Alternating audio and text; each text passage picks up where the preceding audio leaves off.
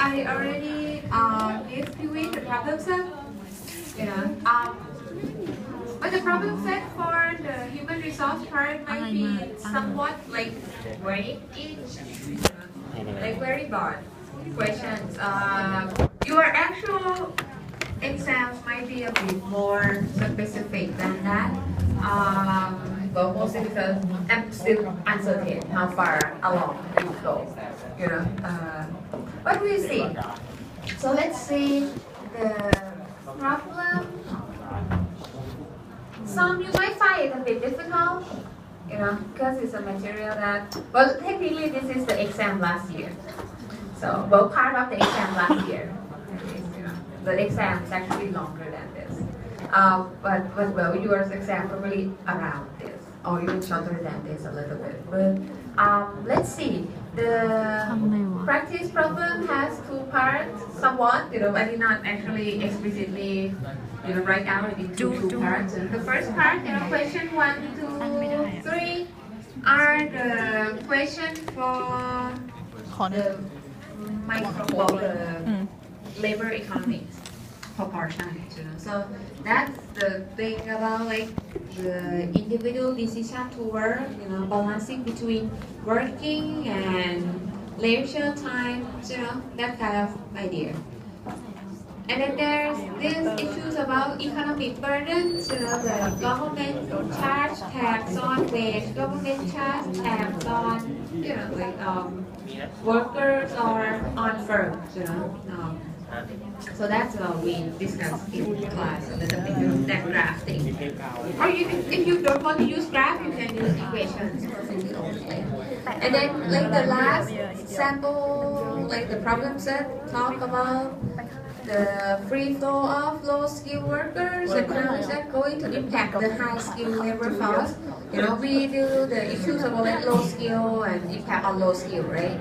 Now, do you think it's going to impact the high-skill? You know, maybe you have to draw some additional like information from somewhere or put some assumptions, you know, on like what should happen if you have higher number of low-skill in Thailand, how is that going to impact the high-skilled labor market, you know, that kind of stuff. Yeah. So those are the part from labor economics. Keep in mind that we don't, for strange reason, we don't have questions on household production. You know, like the decision of like husband and wife, you know, who's gonna work at home, who's gonna, you know, like work outside of home and how many hours, that kind of thing, you know. We don't have that in here. It might be in the exam. So at least, you know, don't forget to grade all those parts as well. But that one tends to be easier than these three. So. Right, and then we have like two questions on like human resource, you know. The first one is so broad. It's like have like a super open question. You can answer it in whatever way you like, you know. So it asking, well, let's say people change, the nature of work change, you know. How do you think HR should adjust, you know, or maybe re-emphasize, you know, the list and prioritize, you know, or what are things that they should do to accommodate all this change? So technically, it's really vague and very broad, you know. So what the first thing you might want to do is identify what would you say would be the change in the nature of work, you know, nature of jobs, you know, or individuals, the change in individuals, you know, change in organization, that kind of stuff, you know. Before you be able to describe how would that relate to HR and, you know, like how the HR management should change in response to that. You know. So yeah, keep that in mind. You need to scope down the problem, otherwise you're gonna be like answering the whole book on just this one. You know? So, and next is something that actually in the textbook, but we did not cover. I don't even plan to cover because I want you to maybe apply the thing that we have learned so far, and you know until like the end of this class, you know, at least in my part, you know, to answer something that you know you see in the real world. Let's say the high absenteeism, That's the word that have like so much problem with so many people with the exam last time. Like they don't know what does that mean. Well, it's absence, right? I mean, everyone know what is absence, right? So absenteeism is the noun of, like people with that behavior, or just you have a lot of missing workforce. They don't show up to work. So if you have that, and you have high turnover, which by the way I do kind of expect everyone know the word turnover. That's another word people asked me a lot last time. But then who knows? In the exam room sometimes you just ask the person who prompted the exam, let's say you are professors or stuff. Not because you actually want to ask the question, but because you want to give a chance to your friend to ask each other questions. So I don't know whether it's actually a real question or not. But high turnover, do you know like what is high turnover? Kind of like people leave the job very frequently, right? So you have to fill in the position very frequently, So you have high turnover. You change workers very so often. So asking you, so well, how can you solve those kind of problems in restaurant setting? So that's a bit different. If it's happening in the restaurant, that's different from, let's say, it's happening in like normal,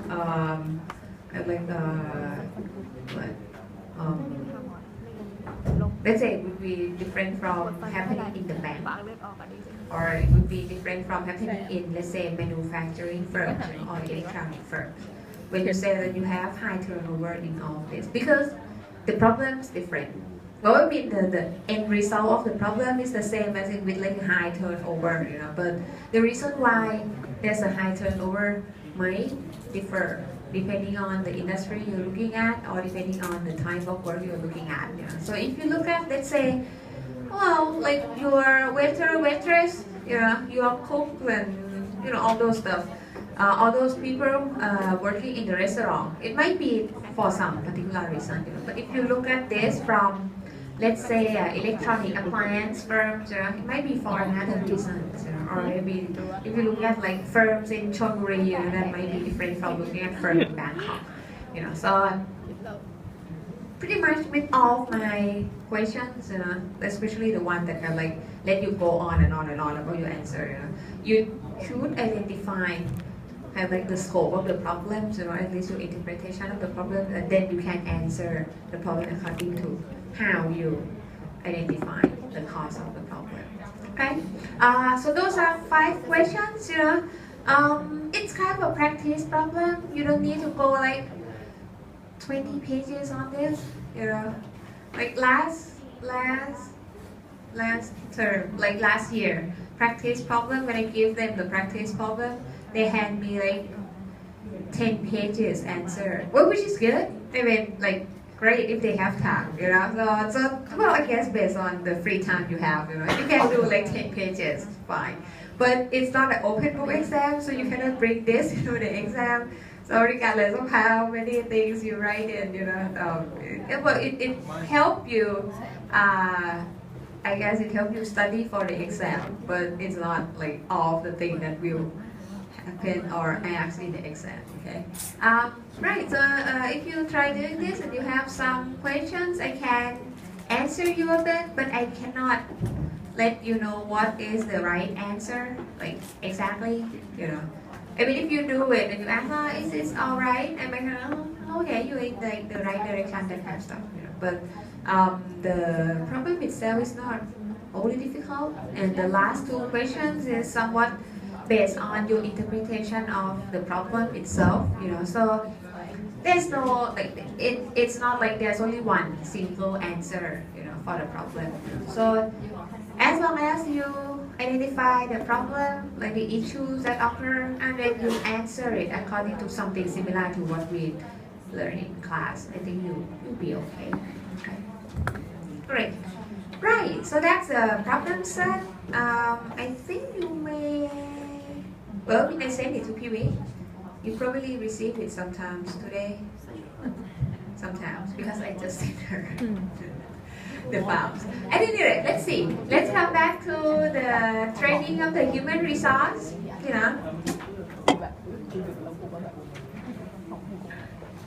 Okay, so Well, we do start this last time, actually the second half of the lecture, right? So I'll go real quick. The training of film resource is considered one of several things you do for the talent management.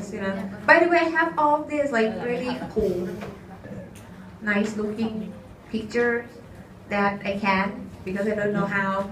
Like I cannot put it on the slide because I'm so low tech. So we talk about like the talent management, the human resource development and all that stuff, and we'll be talking about all these activities. Well, probably not in today, because we probably won't be able to cover performance management today. But the thing that, it's not very bright at all. I don't know why. Maybe it's here. No. Oh well, I actually can increase this. White.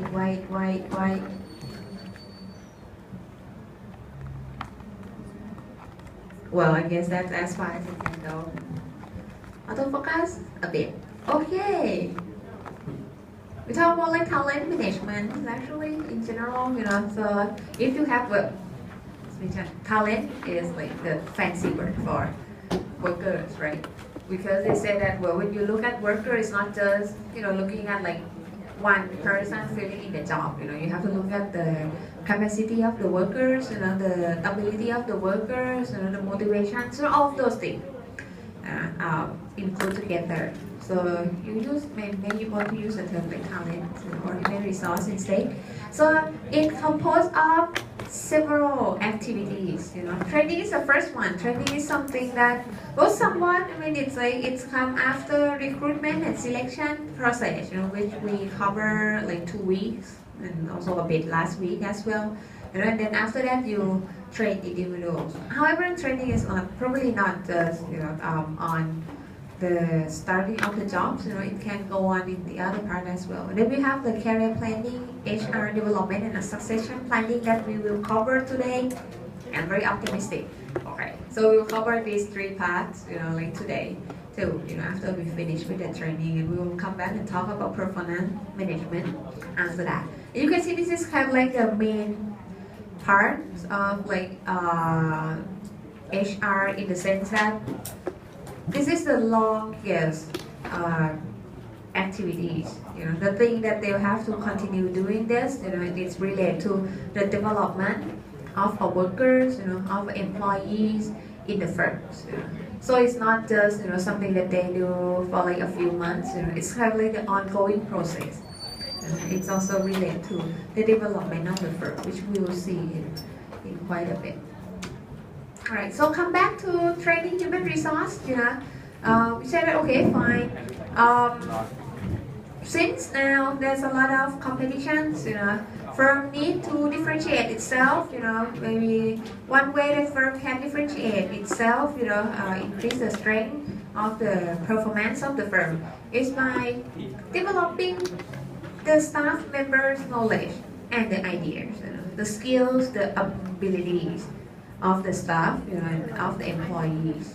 So in general, if you train the employees, continuously, they will be able to maintain and update their capabilities, their ability to work in the jobs, their skills, and it might increase the other characteristics that you want, from your employees, such as, let's say, leadership skills, managerial skill, right? So we said last time that, well, when you train people, there are 2 types of training. So you might train them in the hard skills stuff, which is kind of something very tangible.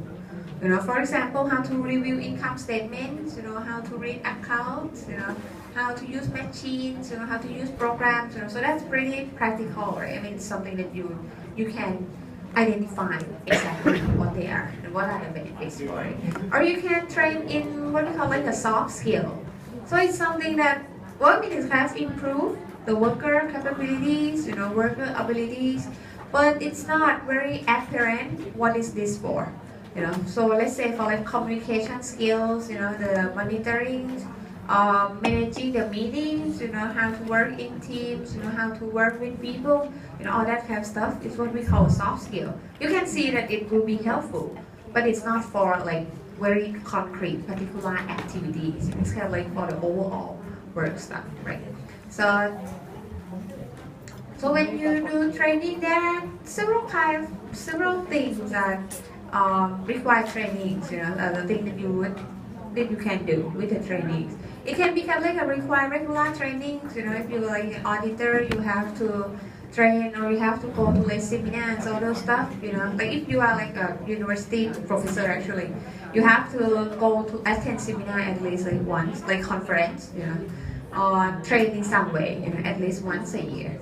So this is like a required. Or you have like a regular training.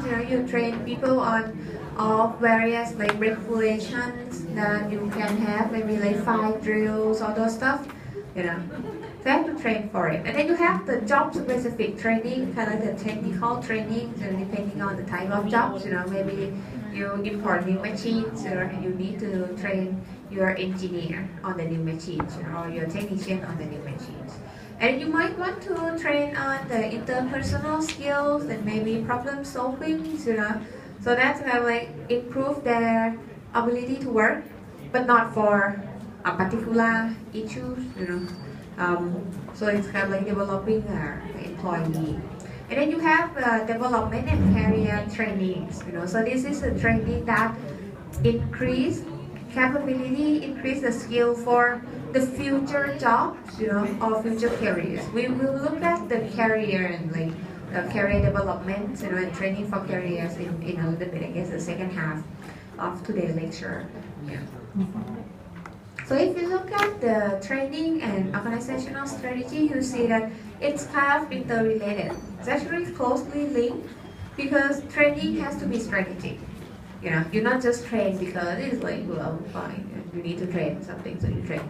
You might want to link the thing that employee being trained at, with the thing that the firms want. So organizations, firms, might have objectives, might have the goals of the firms, and you need to see that how training can help the firm achieve that. So, well, the strategic training, the focus of strategic training on accomplishing the organizational goals, would help the organization to accomplish the task or the job that they want. And this is done by, well, let's say you have to assess the need, and then assess the training requests, to see whether or not you need to train on specific area or you want to do something else. Usually, when you have like organizational goals, you need people to change their behaviors, or do things this and that. It's possible that because you want to change the way that they work, the way that they do jobs, but that doesn't need to only be through training. People may change the way that they do their job, if they receive like some motivation, or with the other methods. Benefits is one of the things that tend to be pretty appealing to a lot of people. So you have to assess whether it's like a training or no training approach would be better. And then training also is very beneficial for retaining people in the organizations, the retention of workers. So training is seen as a part of career development. So people might want to stay with the firm because they feel that, well, they have a future in the firm. They grow, they develop, their specialties and their skills, in working with this firm, because they get trained, and that would be helpful for their work in the future, their future jobs. Right.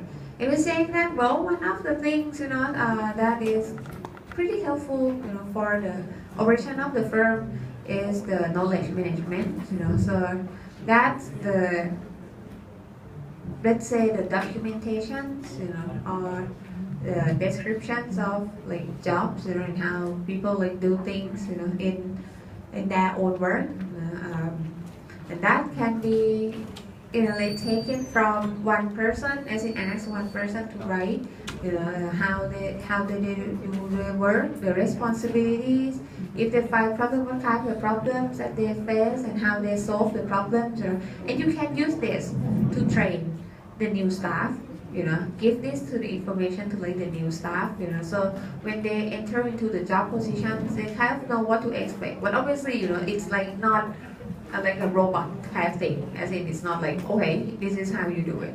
That's it. There are of course the other characteristics that or the variation in employees, that make the working particular job differ depending on the type or the nature of people who are in positions. But knowledge management tend to be something they're really useful, especially for kind of like the early stage of work training things. Because you can use this information to train the new workers. At the same time, it's also very useful for the managerial standpoint, from the managerial standpoint, because managers, or people like supervisor can take a look at the information, about like the problems and how they do the jobs, and all that, and give feedbacks on that, for like the further development of the work too, right? And I think we have finished it right here, I guess, maybe. The performance consulting, so you look at the both training sometimes coming from the people who do trainings, trainers, right? Sometimes they from within the HR, which is the firm itself, or you outsource it, you ask someone else to do the trainings, So if you want to start doing like a training, what are the stages that you should do? Well, usually, if you do the performance consulting, so it's a process that trainer and the client, the organizations, work together to decide how to improve the organizations and individual results. So if you have the goal of the firm, right? The firm want to, let's say, increase its sales, and they want to train. So they will think, okay, fine, how can I increase in sales? Maybe we said, okay, fine, why don't we target the sales department? Maybe we can increase the sale from the sales reps, by training them. So go about, think, okay, what should we train the sales reps in? Should we train in like the art of like approaching people, initiating trust and all that stuff, So that's the stage where they decide how to improve the organization, improve the results that they need. Right? So usually, the performance consulting take a broad approach, so they look at like a general, like broader views. So they will focus on identifying and addressing the root cause of the performance problems, or identifying the cause of like things that they want to change, not necessarily like a real problem, maybe some area of improvement that they want, They might think about like reorganizing the interaction of individuals and organizational factors that influence the employee performance, So it might be even like the organizational arrangements, the managerial arrangements, or kind of like the interaction of people. Some people work better with bosses, some people not so much, some people like to work together, like kind of like work in a group kind of things, Some people want to work individually, So all of this relate to the organization of the firm itself. And then the performance consulting, look at the documenting the actions, the accomplishment of the high performers, and compare that with the actions of typical average performers, to see what the high performer does that is better than the rest. So if you know, or if you can identify how they are doing better, you might be able to identify what are the skills, what are the things that you need to train people on, something that you can improve the performance of the average performers to be as good as the high performers. So when you look at the different components in trainings, you will be looking at, well, okay, do you need training? That's kind of the first question you might want to ask. Do you really need the training? Who need to be trained? If you want to train, who's gonna be the target groups? Who will do the training? Who come in and give the training? Maybe from inside, maybe from outside. What form will the training take? There are a lot of type of trainings. We'll see a little bit. Which one should they pick? Which one would be more effective? How will knowledge be transferred to the job? Well, you mean training is like maybe you put people in, let's say, in a classroom. You train them on different skills. How are they going to translate that into a job? How they are going to actually apply it on the actual jobs? That's something that we have to keep in mind, because otherwise the training will just end in a classroom. It's the same as, by the way, you're like taking classes right now. Right? That's kind of like training in a sense, But people usually have difficulties, applying what they learn in class to the actual like real world experience, or the actual problem that they see on jobs, So that's why thinking about transferring the knowledge to the actual job is really crucial. People might know a lot, but they are practically like eggheads, so they don't know how to actually solve the problem in real world. But they do know it on papers, or they say like theoretically speaking, they know the answer, but they don't know how to actually do it in real world. And then you have to think about how the training will be evaluated. How can you say that this training is good? Is it effective? Do people actually receive benefit coming to the training, or it's just a waste of their time? Right. So the training process includes, the training needs assessment, training design, training delivery, and the evaluation of the training. Right. So let's say the training needs assessment. Needs in that sense is a noun. Right? Training needs, the need to train. Assessing the need of training, So typically you might want to look at, so what is the need? Well, why do we want to train people?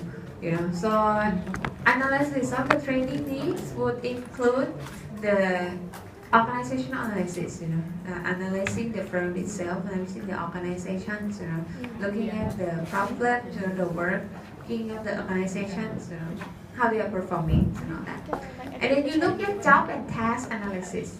We talked about job and task analysis before, right? So you look at like individual jobs, individual employees, what are they working on, what are the responsibility, what are the activities that they do. And then you have to have individual analysis. People do differ. You might understand the job, you might understand the role of the jobs in achieving organizational goals, but it's not like everyone can do the same thing. Understanding the difference of individual workers, would help, identifying the thing that they might need to learn more, or the thing that they already know, or the stuff that they are very strong at already. So you know what to train. You have to consider all three of that in order to come up with the trainings. Well, so when you understand all that, well, you know what is the goal of the firm, what is the performance of the firm, what should be improved or what can be improved, and then you look at the job and you know, okay, this job relates to that part of the firm, so maybe like coming from this job, like training from this job, and then you look at like, okay, is this the nature of the jobs, or is this like about individuals that working on the jobs, So if it's turned to be that, well, the person responsible for the job are not capable enough, so you might want to train him or her, right?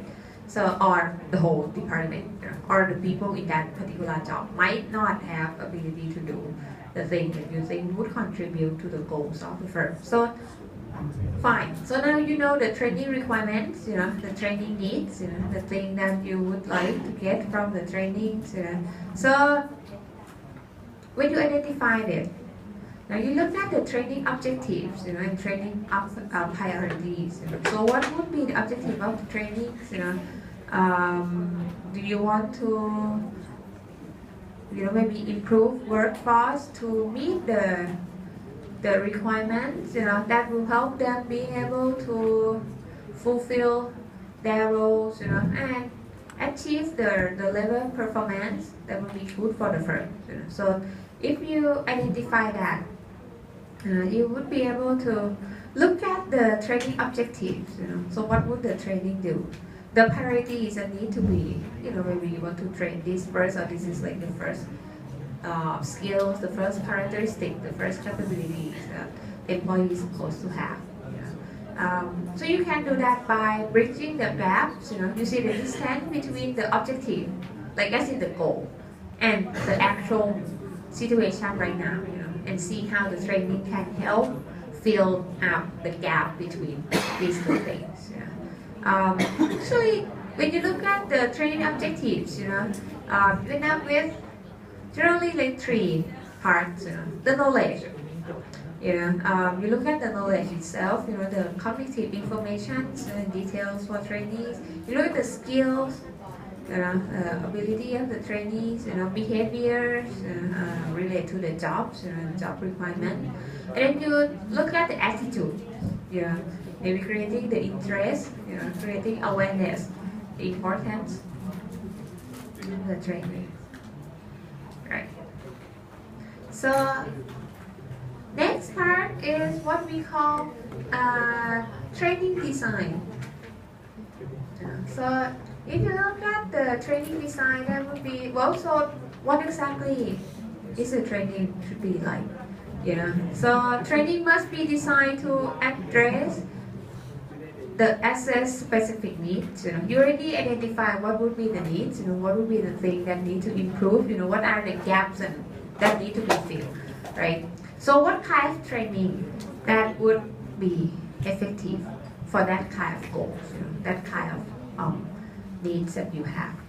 The effective training design consider the learning concepts, and variety of different approach, because as we mentioned, there are lots of ways that you can do the training. It's not like everyone has to be in a classroom and like listening to lectures, right? There's a lot of other things. Let's say like on-job trainings, you can have like retreats, you can do like online trainings. You can send your staff to the other office to learn about things like here and there. So there are a lot of ways to do it. So you have to consider which way would be better. Usually there are three primary considerations. When you decide the trainings. You might want to look at the readiness of the people who receive the training.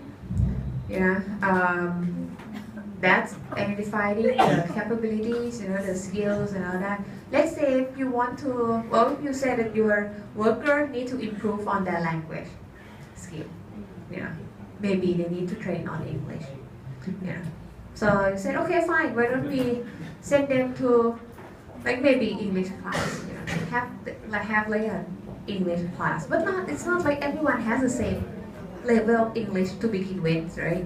Like some people might be a bit better, some people have absolutely zero idea. Some people have these like blockages. They cannot, like, they think that they cannot study English, So the reaction would be different, So you might need to acknowledge, the learner readiness in receiving the information and being trained. Similar things, like if you send your staff to train on, let's say, the new programs that you want to use, in the office, but your staff is not very computer literate. They do like emails and stuff, but like they have no idea about like using programs. They never use programs at all, except like maybe Microsoft Word. So if you want them to start using like some fancy programs, you might have issues of them not being that ready, for that kind of training. So you have to understand that. And then you have to understand the different learning styles. There are different ways that you can train people. So different learning styles, might be more effective for some people, but not so much for the others. So you might need to assess that with the people being trained too.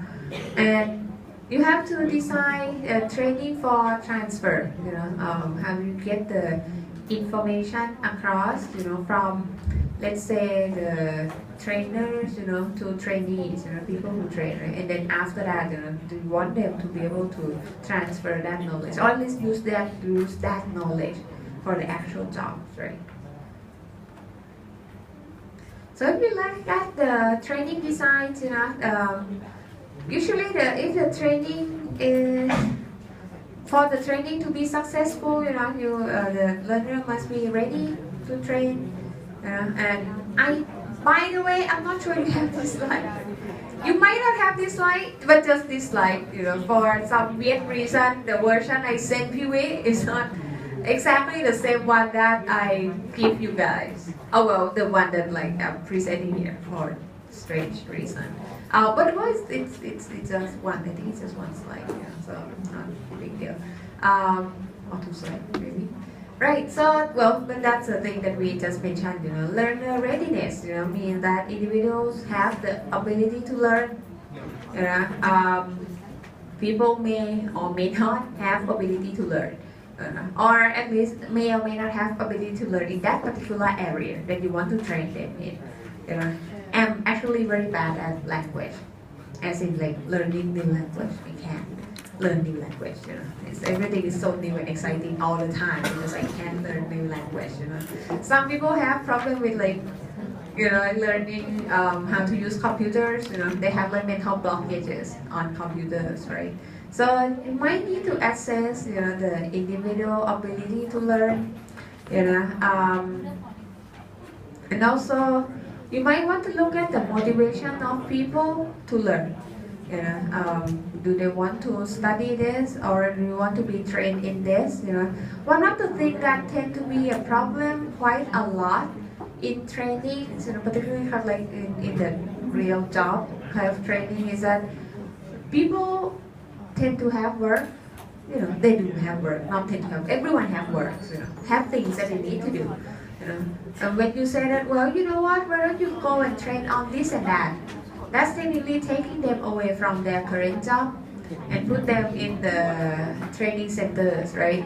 But the work is still there, waiting for them back at the head office, or back at their office. So they might not really have the willingness to study or be there, because they still feel, oh, but I have a job with deadlines coming, blah blah blah. So you have to worry about that when you do training for people as well. Because if people don't feel like learning, they don't have motivation to learn. They're like, yeah, I mean it's kind of good, but I'm not gonna be using it anyway. If they have all those kind of mentalities, the training is going to be wasted on that workers. And then ability to learn might be issues about basic skills. You might need some skills to understand the trainings, the thing that you are being trained on. So if the worker doesn't have those specific skills, you might need to do a pre-training kind of training. The initial trainings, brush up of the skills, to help set the learners, in the right track, make them ready for the new training that they will receive, right? Is that also not there? Well, it's the same message anyway, right? So you need a motivation to learn. However, the motivation to learn differ depending on the different persons. Let's say socio-economic characteristics. It's not like everyone has the same desire to learn. Gender, ethnicities. You might have heard. I'm not going to stereotype, but you might have heard you know, like male, females, you know, sometimes they have difference in eagerness to learn, you know, and difference in like the need to prove themselves, you know. Ethnicity is also another thing, you know, like Thai people are so laid back, you know, and whereas like maybe some nation might be a bit more competitive, let's say, you know, so the eagerness to learn is different. Friend encouragement, you know, peer effects, you know, if you have like all of your friends have like pushing toward like the goals together, you know, or even like friends from the outside, like not your co-workers, you know. So if they like have been moving forward in their career path, you know, you might want to move forward as well. So friend encouragement is also important. You know, the motivation, so the physical classroom environment, so that even the training method itself. Yeah. So if you look at the learning readiness, you know, and then you want to look at the learning styles and learning transfer, you know, so you might want to look at like a different styles of learning, you know. Some people like to listen to stuff. Some people want to actually work on it, you know, get hand on it, like the actual training, like that they get to practice and do some exercise, right?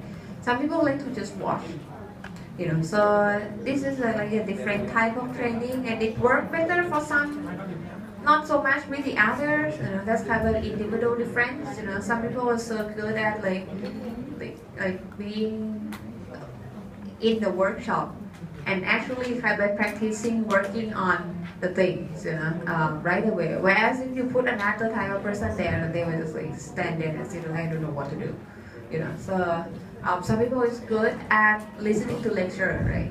You know, they're like sitting in a lecture room and they understand what's going on. You know, whereas the others like, yeah, right, you say things, but all I know, like I don't know how to like apply. So depending on the type of people who, well, the type of learners, you know, the people that you want to train, you know, the trainees. You know, so you might need to design the training accordingly. So next is the issues of training deliveries, you know, the approach and the method that you can use to deliver various types, you know, of trainings. Now, why don't we look at this because it looks nicer? It's the same method actually. So it might be too small for people to back. So let me zoom. Right. So these are the examples of, let's say, training deliveries, you know, the method of trainings. You know. So you can have what we call like on-job trainings. You know. So that's the you get trained because you are working. You know. You're working in that job, so you talk to your seniors, you know, or people who work in your coworkers but like been there for longer than you, you know, and you learn how to do jobs, you know, learn how to do things, you know, by seeing the examples and also working on it yourself. You know, usually in that case, you know, the effectiveness of the trainings, you know, depending on the trainer's skills, you know. If your coworker is good at their job, you are good at your job too, right? Or at least you know more about that than, let's say, a mediocre worker training the new recruits, you know, because in that sense, like the trainers, you know, the one that want to transfer the information, to transfer the skills to the new recruits, doesn't have anything much to transfer in the first place, you know. They're not very good at it, you know. So you have to keep that in mind. Well, if you do on-job training, might be good, it may sound, okay, that's great, you know, you get to do like the real things and all that.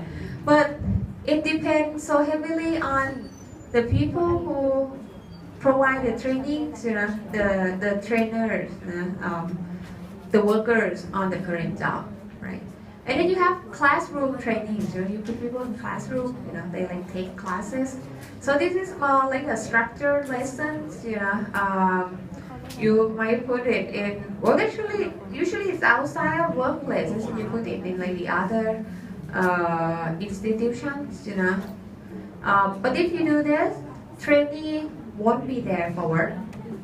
right? Because they have to be somewhere else, right? They have to be in the classroom, so they won't be there for work. So they're not going to be able to do their work. If they still have to deliver the work, they would have to do extra times. They might not want to do it. Or they feel, let's say, opposed to the training itself. So that's kind of like the nature of classroom training. And you can have e-learning. Instead of like doing it in the workplace or doing it in classrooms, you offer courses that conduct online. Some people do talk about this more often right now, right? As in, like, you can go online and see like how to do this and that, that kind of stuff. You can do that with the job as well. Maybe you want to train them on like how to manage people, like management skills and all that. So you can ask your workers, or the learner, your trainees, to log on the website and watch the videos, do like all these online course materials, So it's flexible timetable, They can log on and they can watch the video whenever they like, However, they need to be very self-disciplined because there's no one that like no one gonna be forcing you to watch the videos, At least because they give you the flexibility of watching the videos. So you might need to be self-disciplined to achieve the training objectives. You might even because some people they might even turn on the video, but they don't really paying that much attention to it. It's kind of difficult to concentrate on the trainings. Especially if you are just sitting there alone in your living room and having television turned on, all those other things. So it's a bit difficult. It's required a bit more self-discipline of the trainees. And you have video trainings. You might see this a bit with I try to think, well, maybe not so much in universities because universities tend to have like a live lecture, but you do, sometimes, you can have videos, or like some files, right, on specific topics, and you put your trainees, your workers in one room, and you just show them the videos on the projectors and all that. So it's kind of popular for sales training because it's useful if you want to train a lot of people with the same message. Let's say if you want everyone to know the same thing, but let's say sales, you do tend to train sales a lot, and very often because it has higher turnover than the rest of the part of the firms in general. So if you want to train sales for something that the material is so repetitive, you can, fine, of course. You can train your sales representative by having a motivational speakers, give lectures and all that stuff, right? Or talk to the sales rep. But that means you need to have motivational speakers to speak for real in the classroom. So you might not have the money to hire that many motivational speakers, or so many hours motivational speakers, and also kind of repeating the same thing might be boring, for a speaker at least. So the most effective way might be you use a video training. You can repeat it so many times, right? Using the computer software is somewhat similar. You guys are doing econometrics now, right? So innovate, I guess, if not already, you will be going on YouTube and search for, how to da on eView. And then that's this kind of training you get. Because you want to run regression on eViews, you want to compare different test results on eViews, that kind of thing. You can turn on the YouTube and you watch it. So that's something you can do. And then another type of training you can have is simulations. Simulation is putting you in situations, and see how you react, how people react, getting their feedbacks on things. Usually it's more, well, they want to use self-help kind of stuff, but it's kind of going to like in that direction, kind of like a motivational kind of things, like the cross-cultural relation actually that lasts. But the beginning of the first semester, we have something looking like this, from Hokkaido University, Hokkaido actually. So they come in and they do the cross-cultural relation workshop. So they put like Japanese students, in the same room as Thai students, and they kind of like interact, talking about like different experience that they receive, and the interpretation of the same, like the thing that they do is that they show one picture. One among all so many things that they do is that they show one picture and they ask what the Thai student think happened in that picture and what the Japanese student think in that picture, and then they exchange the ideas, why they think this and why they think that. So you can see the difference in culture by that method, So that's kind of the simulation thing. So you put them in like the same room and you give them maybe some work that they need to do together, or you put them in like scenarios. So let's pretend that this happens. So what would be your reflection on that? Right. And then you have conference. You do a lot professionally, so you look at when you do conference, like it's kind of like attending the place where you have experts, that give talk on specific topics, maybe about like the future of Thailand SME export in AEC, that kind of thing, or in enhancing Thailand competitiveness, the things that they do a lot, or the view like the role of governments in helping the agricultural producers in So these are the things that you do talk in the conference. So usually it's a nice place that you have several experts from different organizations, to exchange their views and all that. They would give you opportunities to ask questions as well, so you get the exchange, of ideas, right? So if you look at specialized topic, that might be useful. Because like if you want to look at, let's say, supply chain in Myanmar, that may be useful, right? And you invite like the representative from Burmese government, Thai government, the operators, the shippers, and then the like custom representative, all that stuff. So that's the nature of conference. And then you can have workshop. That's a specific terminology, You use the term workshop. Although workshop itself tend to be used quite more extensively than it should. Workshop in general should be about like the hand-on training. That's the normal, regular, conventional concept of workshops.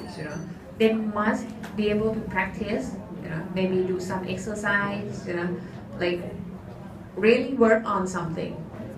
That's what you can call workshop. So maybe computer training is a workshop. Because you sit in front of a computer and you start, like scroll down, like typing in using like various commands, like for real, with a computer. So that's a workshop. However, if you like sit in a room of like 6 people and listening to someone talking about this and that, and you exchange your opinions, that's not really a workshop, but they do call it workshop, which is funny. I think it's just a wrong use of the word workshops, because it's technically a conference, right? But the number of people is too small to really call it a conference. Conference is more like, you have a room full of people and you have like people sitting on the panels, So that's more like a pattern of conference. So if you have like fewer number of people sitting in the same room in like a circular tables, you tend to call it workshop. even though it's not necessary workshop because you don't practice, like really practice on anything. You don't have the hands-on training or anything, right? And then, after you decide what to be trained, who's gonna get trained, what kind of training that you will give them, you will deliver the training. The next step that you want to look at is the evaluation of the training. So you might want to look at the post and pre-training capability of people. So do they change? Like, is training really useful? What would be the benefits that they receive from there? Evaluation of training has become successively more difficult. If you move from measuring reaction to measuring learning to measuring behavior, and eventually like measuring results.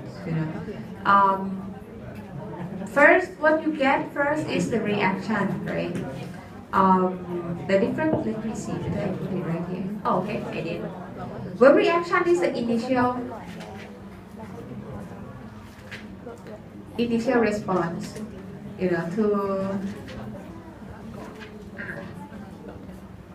right.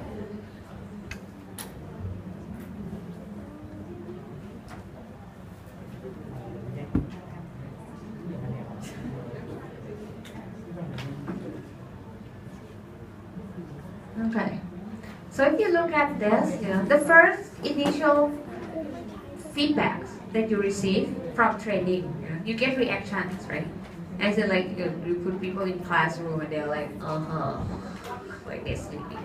That's kind of reaction. That's a reaction right away. Or they walk out of the, like after they're done with the training, they walk out of the classroom or they walk out of the conference room and they were like, I think this is this is good, so useful, blah blah blah blah. So that's their reactions, That's what they get in the training, That kind of reaction is kind of like really, it's come and go very quickly, So, well, in terms of evaluation, it's easy to see, because you can get the feedback right away, right? Reaction, if you ask them questions, like you give them questionnaires. How do you feel about this and that? How would you rank the effectiveness of the training today? Blah blah blah blah blah blah.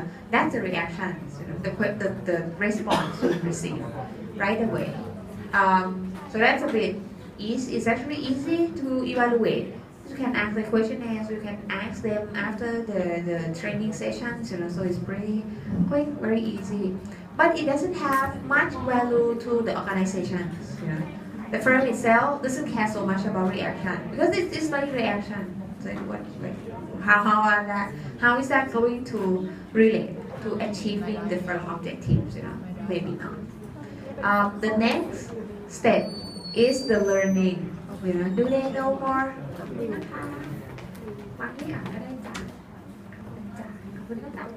So next part will be like the learning part, Do they know what? Yeah, so that's the sheet for the second half. And of course the problem set thing that you guys can do as well. Right, so well, learning is like what they learn, right? Do they know more about this? Do they get more skills for this? So that's the learning, So if you go like do like email workshop thingy, So hopefully you know how to use email to run migrations, how to use email to do forecasts, So that's fine, right? This is somewhat like a bit more difficult to measure in terms of like the level of learning, but not too bad. You can do tests, exams, things. Okay, fine. It has some value to the organization because it's the knowledge, increasing knowledge, increasing capabilities, right, of the workers. However, the thing that the firm might want more is the change in behavior. Behavioral change, as I said, you might know, you might have the information, you might have the knowledge about something, but the thing that firm actually want is for workers to apply the knowledge or transfer what they learn to the actual job, right? So changing in behaviors is the next useful step for the firm.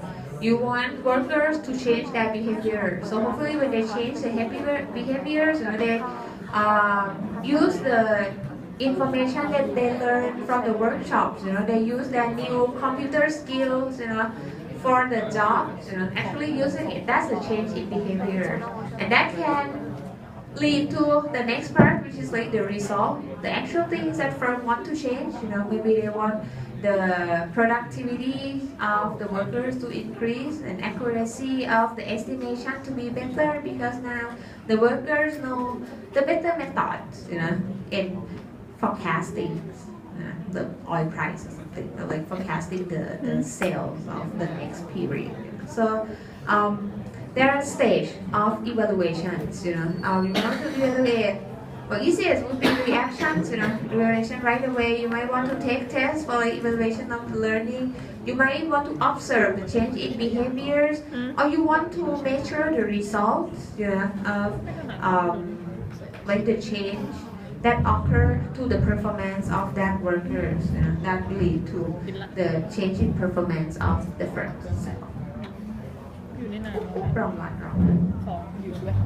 Right.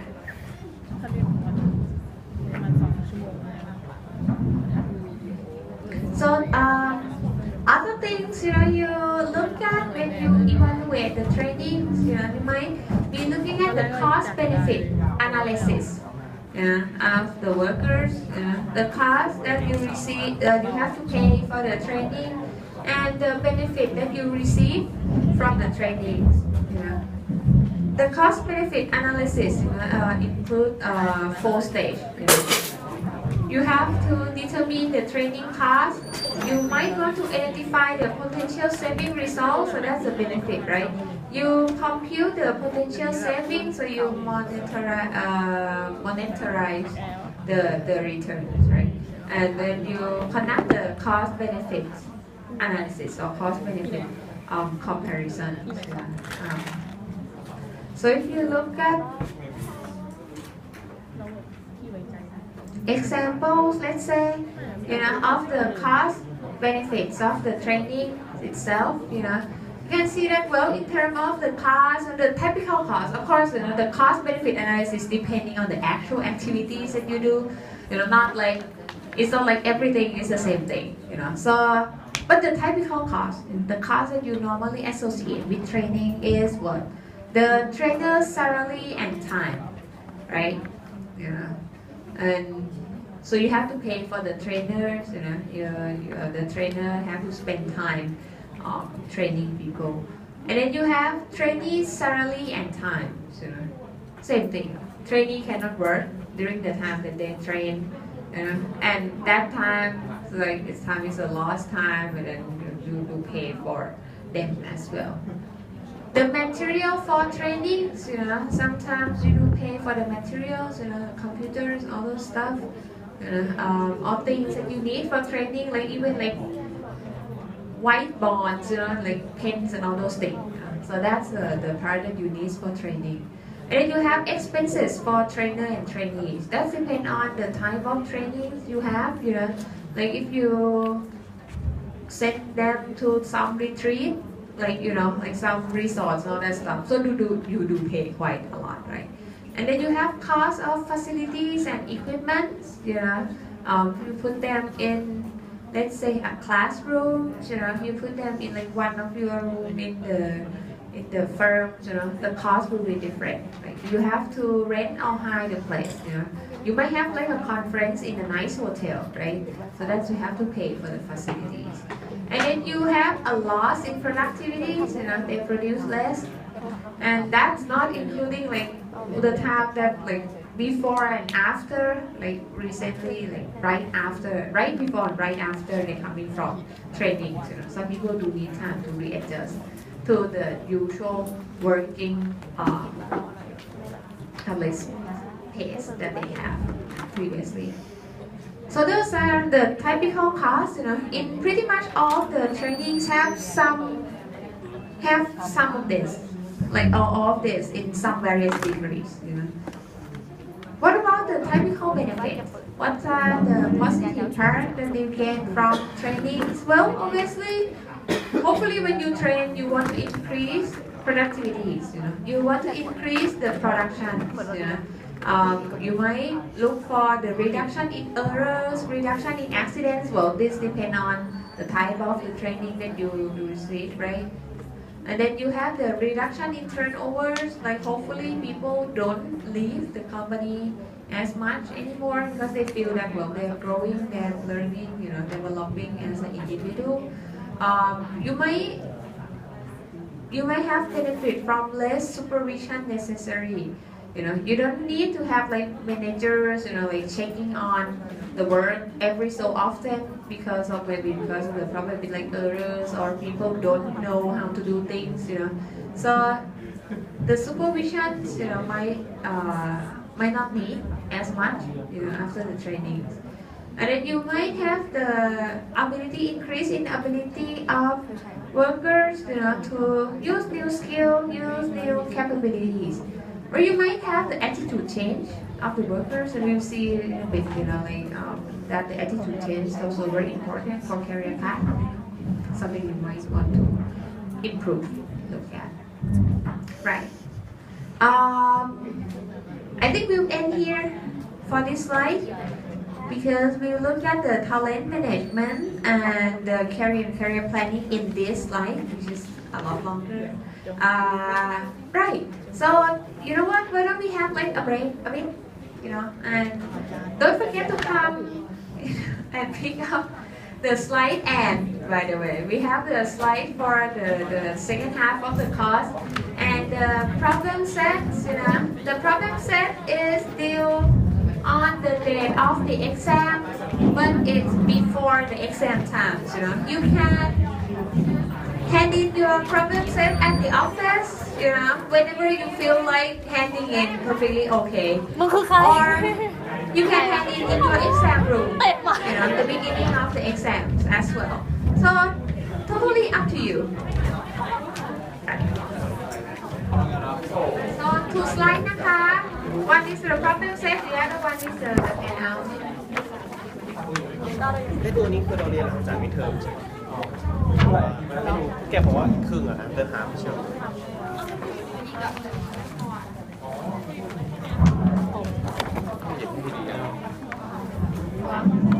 ให้ดียากเกิด assignment ยังไม่พอ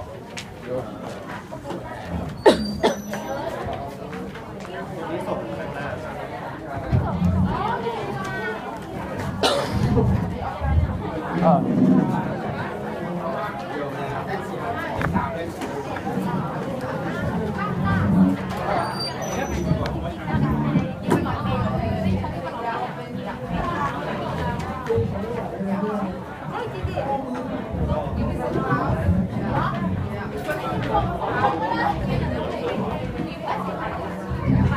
นิสิตคะมีใครเอาไปแบบเผื่อเพื่อนฝูงเอาไว้รอ